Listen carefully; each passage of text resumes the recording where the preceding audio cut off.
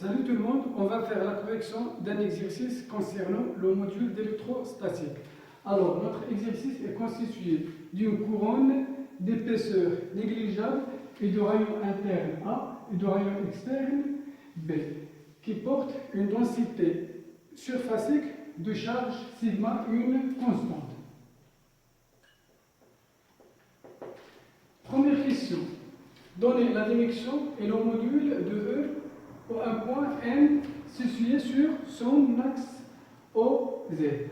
Alors ici, je vais prendre deux éléments infinitésimaux. Si je prends par exemple un élément infinitésimal ici, dS,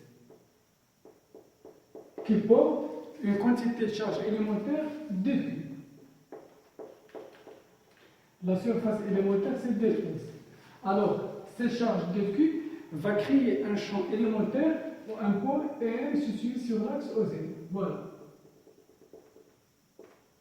Voilà la direction et le sens du champ électrique E. C'est sigma est une constante positive. Voilà dQ. dQ1 créé par cet élément. Si je prends son symétrique, voilà. Alors cette charge dQ' va créer un champ électrique dans ce sens. Et par raison de symétrie, le champ électrique E créé par cet élément, cette charge élémentaire, et dE1 c'est le champ électrique élémentaire créé par dQ.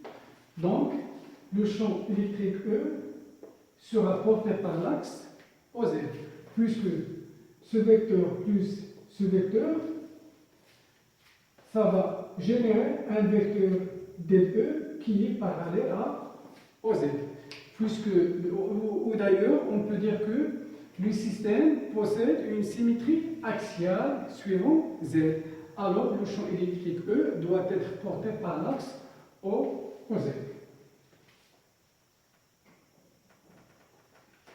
Alors, voilà la direction du champ électrique E. Le champ électrique E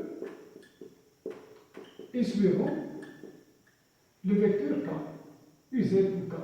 Le vecteur K. C'est-à-dire la composante UX égale 0 et la composante UY égale 0. Donc le champ électrique E total, créé par toute la distribution, sera porté par l'axe OZ. Alors que x égale 0 et y égale 0. Ce n'est pas la peine de chercher l'expression de x, e et y, puisqu'ils sont nuls. Alors, cette charge dQ va créer un champ électrique dans ce sens.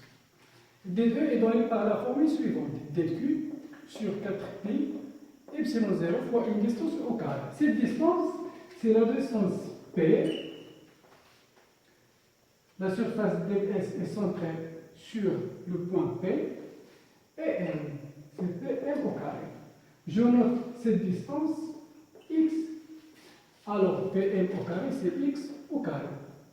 Fois un vecteur unitaire. Le vecteur unitaire, c'est le vecteur qui part de M vers de P vers M. Voilà le vecteur unitaire U fois un vecteur unitaire U. Voilà la relation qui donne le champ élémentaire dE créé par cet élément infinitésimal. Voilà son expression. Très bien. Alors, le champ dQ, la charge dQ, c'est sigma fois dS sur 4pi epsilon 0 fois x au carré fois le vecteur unitaire U. Et le champ électrique dE peut s'écrire de la manière générale, c'est dEx fois I, par exemple, suivant un vecteur I, plus dUYG plus dEZK. Voilà l'expression du champ électrique E dans la base cartésienne au X, Y, Z. Voilà au X, Y, et Z. Donc, l'expression de D de E dans cette base, c'est D de XI plus D de YG plus D de Z, K. Ici, pour pouvoir calculer E, je dois intégrer cette équation. Donc, le champ électrique E total, c'est l'intégrale de la composante d de x fois I plus l'intégrale de la composante d de y fois G plus l'intégrale de d de z fois K. Alors, l'intégrale de d de x, c'est 0, puisque Ex égale 0 par l'argument de symétrie. D de y égale 0. L'intégrale de d de y, c'est y. Donc l'intégrale de d de y, c'est y égale 0. Alors, il reste l'intégrale de d de z. D de z, c'est ez fois k. Puisque E ne dépend que de la direction k.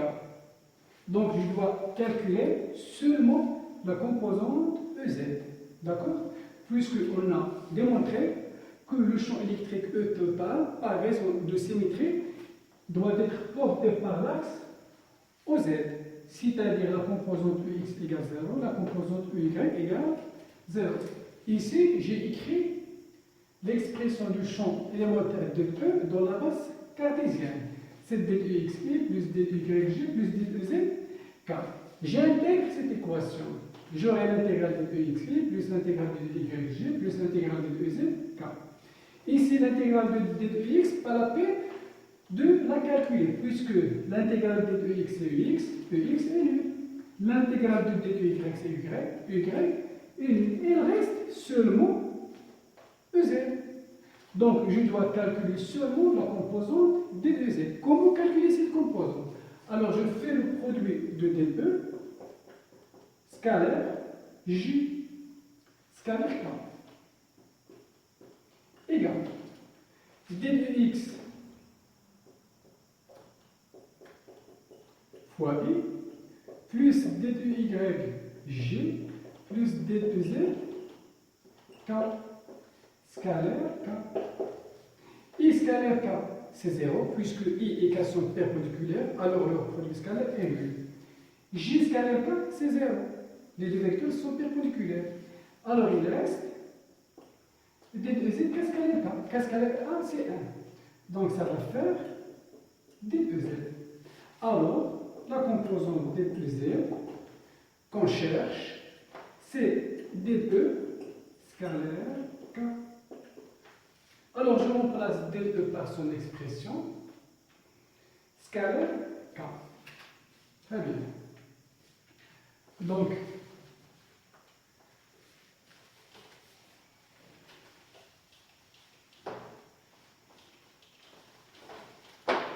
alors, on a trouvé que d de z, c'est d de scalaire K. Je remplace d de par son expression. C'est dq segment ds sur 4pi epsilon 0 fois x au carré, u scalaire k, égale sigma. À quoi égale ds? Voilà ds. Je prends cette longueur CR, voilà R. Ici, dr. Et là, je prends un angle dθ. D'accord? Cette surface égale cette longueur fois cette longueur. Cette longueur, c'est R fois dθ. R fois dθ. Fois, voilà R dθ. Voilà R dθ. Donc R dθ, c'est bien cette longueur. R dθ fois dr. Voilà dθ. C'est R dθ, dr. U scalaire k. À quoi égale U? Voilà le vecteur U scalaire, voilà k. Le vecteur k. Je fais une translation du vecteur k. Alors, je prends cet angle égal alpha. Donc U scalaire K. À quoi égale U scalaire K? Voilà le vecteur U et voilà K.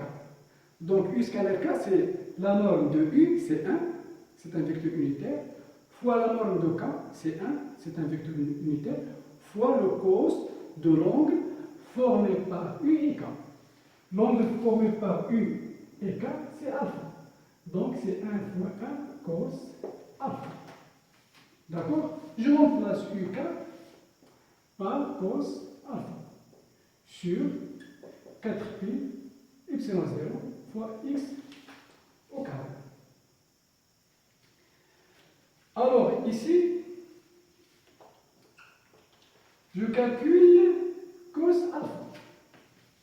Donc ici, c'est l'angle alpha. Je le retrouve ici. Voilà alpha.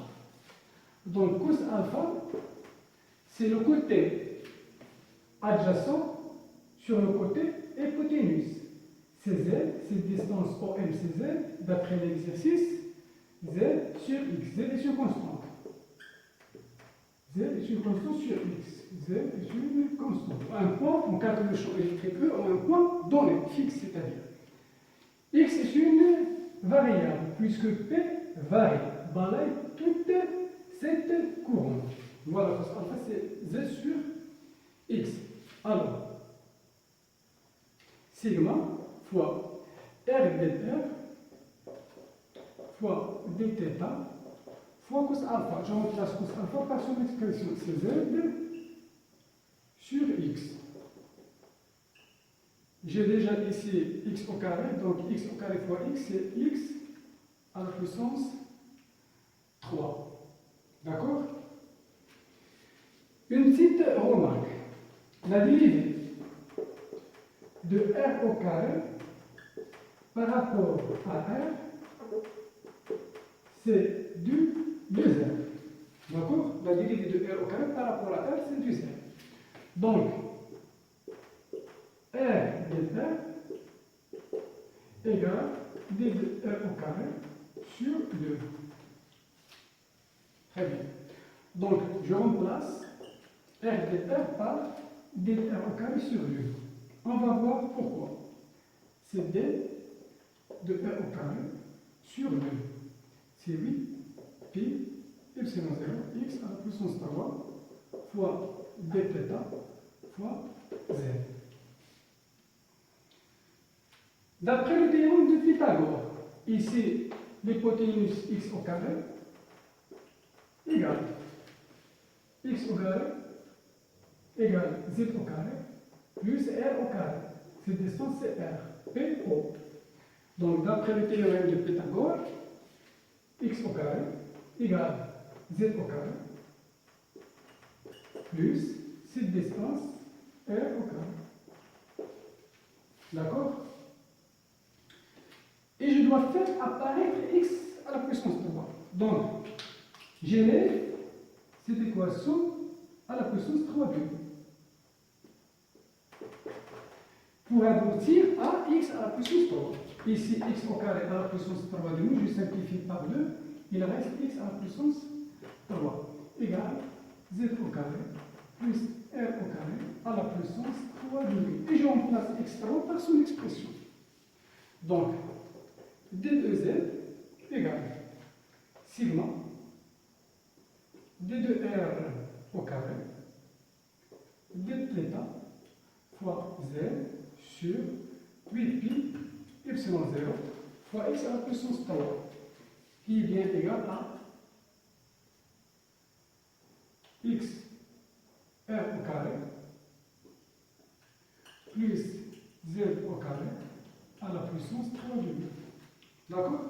Et j'intègre cette équation. Z est une constante. J'intègre ici sur deux variables. L'intégrale, c'est une intégrale double, porte sur deux variables. La variable R, P varie. Alors R varie. Et θ varie. Voilà l'angle de θ. Donc θ est une variable. Z est une constante. Alors EZ, c'est l'intégrale de cette expression. Donc sigma est une constante, je peux la faire sortir de l'intégrale sur 8 pi epsilon 0. C'est l'intégrale fois z, z est une constante, je peux la faire sortir, z est fixe au calcul du champ électrique ou un point n donné. Z est une constante fois l'intégrale double dr au carré. L'intégrale de θ. Donc ici, l'intégrale porte sur la variable r et θ. Donc l'intégrale de dr au carré fois l'intégrale de θ sur r au carré plus z au carré à la puissance fois 2. Mais ici, il faut préciser les bornes de l'intégrale. Ici, r, pour que P balaye juste la couronne, il faut que R commence par R égale A. Voilà. Jusqu'à R égale B. Voilà B. Voilà A. Voilà B.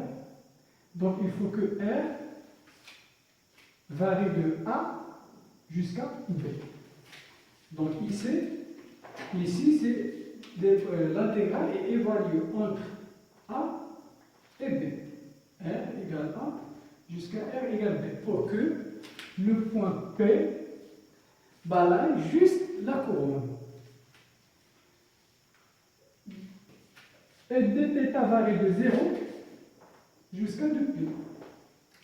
Donc il faut que P balaye toute cette couronne. Donc l'angle θ doit varier de 0 jusqu'à 2π. Voilà, et il reste juste à calculer cette intégrale. Ici, EZ égale sigma z sur 8π epsilon 0, l'intégrale de dθ au carré. Plus, je vais mettre ici plus z au carré, puisque z est une constante. C'est juste pour faire apparaître au dénominateur r au carré plus z au carré. Puisque, d'ailleurs, d de r au carré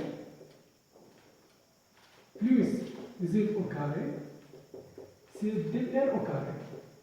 Puisque z est une constante, la différentielle de r au carré plus la différentielle de z au carré. La différentielle de z au carré, c'est 0, puisque z est une constante. Donc je peux remplacer dr au carré par dr au carré plus z au carré. Z est une constante. C'est juste pour faire apparaître r au carré plus z au carré. Divisé par r au carré plus z au carré à la puissance 3 2. Et l'intégrale de dθ, c'est θ. Θ entre 0 et 2π, c'est 2π fois 2π.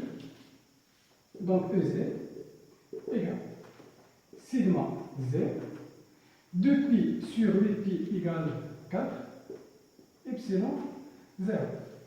Ici, je vais mettre un changement de variable. Je vais faire un changement de variable. Je pose que r au carré plus z au carré égale x. Donc ça va faire l'intégrale de dx sur x à la puissance 3 demi. Et cette intégrale est très simple à calculer. Donc EZ égale sigma z sur 4 epsilon 0. X à la puissance 3 demi, c'est x, 1 sur x à la puissance 3 demi, c'est x à la puissance moins 3 demi. Et x égale sigma z sur 4 epsilon 0. L'intégrale de x à la puissance n, c'est x à la puissance n plus 1 sur n plus 1. Donc, moins 3 demi plus 1, c'est moins 1 demi sur moins 1 demi égale 4 fois 1 demi, c'est moins 2. C'est moins sigma z sur 2 epsilon 0. Et je remplace x par son expression. X c'est r au carré plus z au carré évalué entre RCA jusqu'à B. Voilà.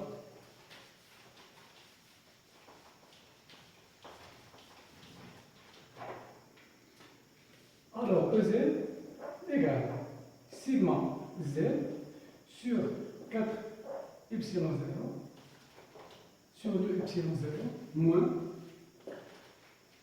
Je remplace R par à la puissance moins 1 demi. Je remplace R par B.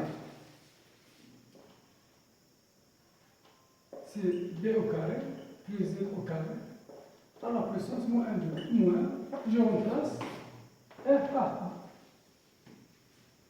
A au carré plus Z au carré à la puissance moins 1 demi.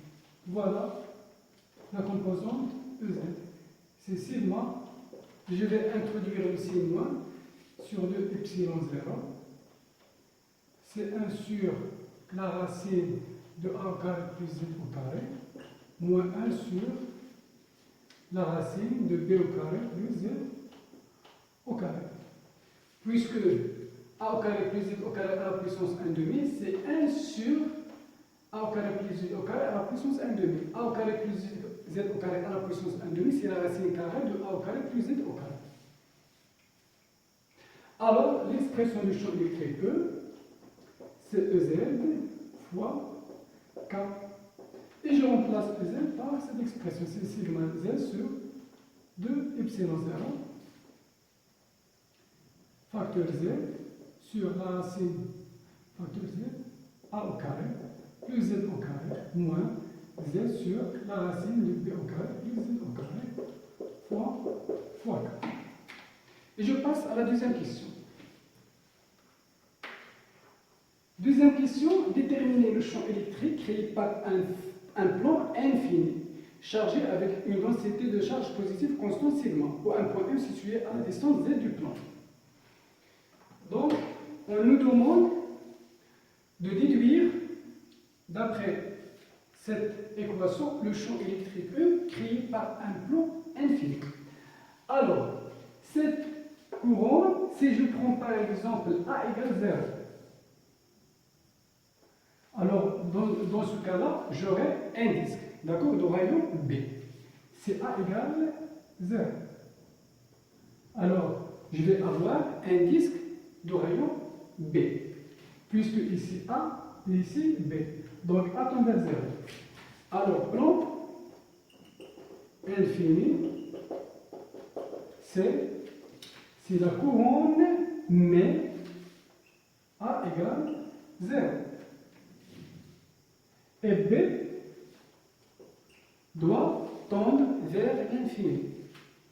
Si B tend vers l'infini, alors j'aurai un disque qui va remplir tout le plan. D'accord? Donc un plan infini, c'est la couronne, mais lorsque A égale 0, et B tend vers l'infini. Pour générer un plan infini à partir d'une couronne, il faut que A tend vers 0 et B tend vers l'infini. Alors, le champ créé par un plan infini égale A tend vers 0, donc sigma sur 2 epsilon 0. Ici, A égale 0, alors Z sur la racine 4 c'est Z sur Z c'est 1, moins B tend vers l'infini. 1 sur l'infini, c'est 0. Voilà. Alors le champ électrique E, c'est sigma sur 2 epsilon 0 fois. Voilà le champ électrique E créé par un plan infini. Et merci d'avoir suivi cette vidéo. À la prochaine.